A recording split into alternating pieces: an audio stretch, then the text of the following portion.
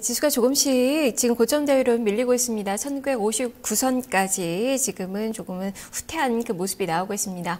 북한이 계엄령을 선포하고 준 전시체제에 돌입했다라는 소식이 전해지면서 지금 현재 지정적 리스크가 좀 부각이 되고 있는 그 구간인데요.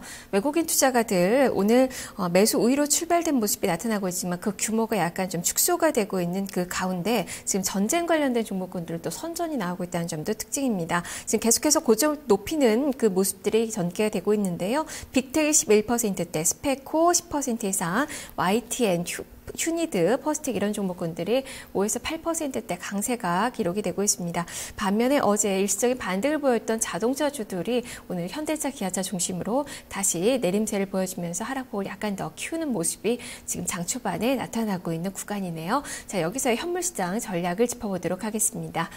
자, 지금 증권사 연구원들은 오늘 시장에서 어떤 점을 보고 있을까요? 한 줄 전략으로 정리를 해보겠습니다. 한양증권 임동락 연구원입니다. 외국인의 수급 개선에 따른 기술적인 반등이 유지가 되고 있다라는 시각을 전하고 있습니다. 동양증권 조병현 연구원입니다. 엔화 약세가 다소 진정이 됐다면서 국내 증시의 반등 시도가 나타나고 있다라는 의견을 주고 있습니다. 다음은 삼성증권 임수균 연구원입니다. IT 등 납폭과대주에 대해서 단기 트레이딩 관점으로 접근이 유효하다라는 의견을 줬습니다. 현대증권 배성영 연구원입니다. 제한적인 반등 국면이라면서 LG화학 등 종목별 실적 점검이 중요한 포인트다라는 의견을 제시했습니다. 자, 시장에 대해서는 역시 단기 트레이딩 관점에서의 의견들이 제시가 되고 있습니다. 다만 반등에 대한 기대감은 조금 더 가져볼 수 있다라는 의견들이 나오고 있는데요.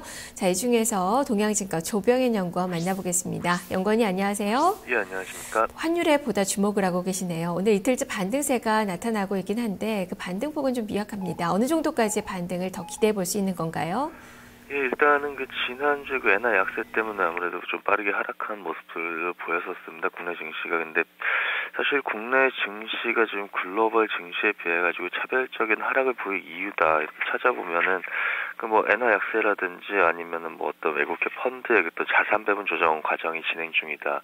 요 정도를 제외하고는 특별하게 요인을 찾아보기 힘든 상황입니다. 물론 오늘 같은 경우 북한 이슈가 또 제기가 되긴 했지만은 북한 이슈들 같은 경우에 항상 이렇게 단기적인 영향력을 주고 끝났다라는 점에서 보게 되면은 일단은 좀 마이너한 요인으로 치부를 할 수 있을 것 같고요. 국내 증시 같은 경우 기본적으로 해외 증시나 해외 경기나 어떤 증시 변화에 상당히 가장 민감하게 반응하는 증시 중 하나입니다. 근데 미국 증시 지금 다우지수가 2007년 이후 처음으로 14,000포인트 돌파하려고 시도하고 있고, 그리고 중국 상해종합지수 지금 2달 연속으로 내리 상승하는 모습들을 이렇게 보여주고 있는데, 거기다 그 원인들도 이제 경기 회복에 대한 기대감 같은 그런 펀더멘탈이 강해지고 있다는 측면에서 원인이 제공이 되고 있는데, 이런 상황에서 국내 증시의 어떤 차별적인 약세가 지금 상식적으로 이해되기는 쉽지 않은 상황인 것 같습니다. 결국에는 말씀드린 것처럼 미국이나 중국 증시가 지금 글로벌 경기 회복에 대한 기대감을 상승하고 있는 점이다라는 관점에서 보게 되면은 아무래도 앞서 말씀드렸던 환율이라든지 아니면 펀드 환매 이슈 이런 것들이 완화되는 구간이면 상당히 국내 증시의 탄력적인 반등이 예상해 볼 수 있다, 이런 관점을 기본적으로 가지고 있습니다.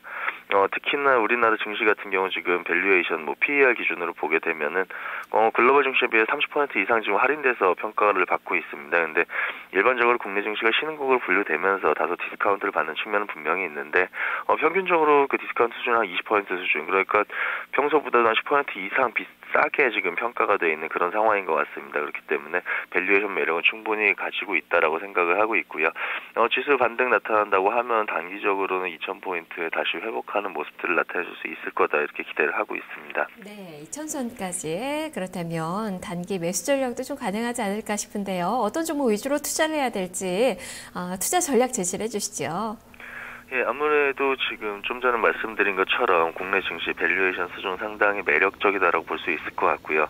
엔화 약세라는 부분들, 사실상 엔화 약세라는 부분들이 어디서 기인하느냐라고 보게 되면은 일본 정부가 경기 부양을 위해서 지금 통화 완화적인 정책을 사용하고 있기 때문에 엔화 약세가 나타나고 있는 건데, 우리나라에 차별적으로 안 좋게 지금 특히나 자동차 업종들과 관련해서 안 좋게 작용을 했지만은 사실상 이것들이 글로벌 경기 전체적으로 놓고 봤을 때는 플러스 요인을 제공할 수 있는 그런 부분이 아닌가라고 생각을 하고 있습니다. 그런 측면에서 보게 되면은 글로벌 증시 전반적으로 봤을 때는 뭐 나쁘지 않은 요소가 될 수 있다라고 저희가 감안할 수가 있을 것 같고요. 결국에는 이제 실적 이런 펀더멘탈이란 부분하고 가격 메리트를 이렇게 동시에 고려를 해서 저희가 접근을 해야 되는 그런 상황이 된 것 같습니다. 일단은 뭐 엔화 약세가 조금 완화되는 시그널이 나타난다. 그럴 때는 아무래도 뭐 자동차 업종 지금 가격 메리트를 바탕으로 가격 메리트가 워낙에 형성된 상황이기 때문에 일단 빠르게 일시적으로 반응할 가능성이 있기 때문에 엔화 약세의 움직임에 따라 가지고 자동차 업종에 대한 어떤 트레이딩 관점에서 접근 단기적으로 이용할 수 있다고 보고 있고요. 그리고 실적과 함께 그 원화 강세의 진정이라는 부분을 고려를 하게 되면 수출주 쪽에 조금은 관심을 가져가야 될 것 같습니다. 그러다 보면은 전자 부품이라든지 반도체 장비 그리고 기계 업종 이런 쪽에 대해서 저희가 관심을 좀 가져볼 필요가 있지 않겠느냐 이렇게 생각을 하고 있습니다. 네, 알겠습니다. 말씀 잘 들었습니다. 감사합니다. 네, 수출주들의 움직임들도 체크가 좀 더 필요할 것 같네요. 동양증권 조병현 연구원과 함께했습니다.